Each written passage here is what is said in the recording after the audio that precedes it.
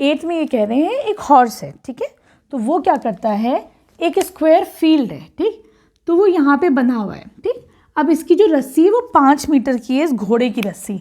तो देखो अगर ये 5 मीटर की घोड़े की रस्सी है तो ये कितना जो है इस फील्ड को ग्रेस कर सकता है, इसमें घास खा सकता है, तो ऑब्वियसली इतना ही तो पोर्शन खाएगा।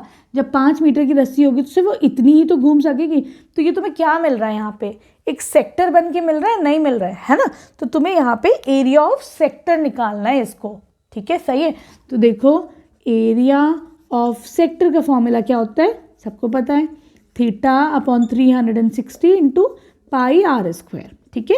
थीटा यहाँ पे ये कितना है बेटा, 90 डिग्रीज है, ठीक। चलो इसको लिख लेते हैं हम 90 ताकि तुम लोग को भी ख्याल रहे, ठीक है। ये कितना है थीटा, यहाँ पे 90 डिग्रीज है, सही। चलो इनटू पाई कितना हो जाएगा यहाँ पर 3.14, रेडियस कितना है यहाँ पर 5 मीटर की रस्सी है तो 5 इंटू 5, ये जाएगा 4 टाइम्स, ठीक है।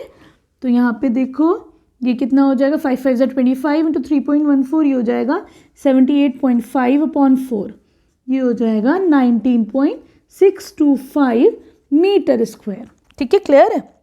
ये क्या आ गया तुम्हारे पास, इस सेक्टर का एरिया आ गया। लेकिन अब ये पूछ रहे हैं अगर यही रस्सी बढ़ के तुम्हारी 10 मीटर हो जाएगी तो कितना इंक्रीज इन एरिया होगा, ठीक है।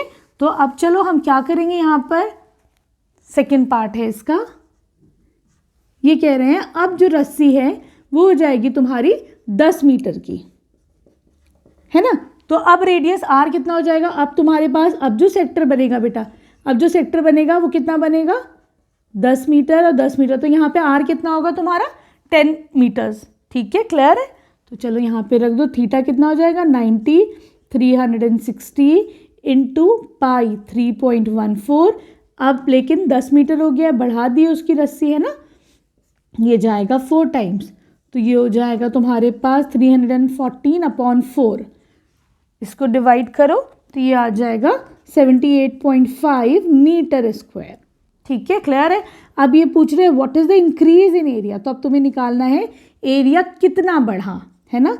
तो इंक्रीज इन एरिया क्या हो जाएगा, पुराने एरिया में से इसको सबट्रैक्ट कर दो, सॉरी इसमें से पुराना वाला एरिया सबट्रैक्ट कर दो। पुराना कितना आया था 19.625,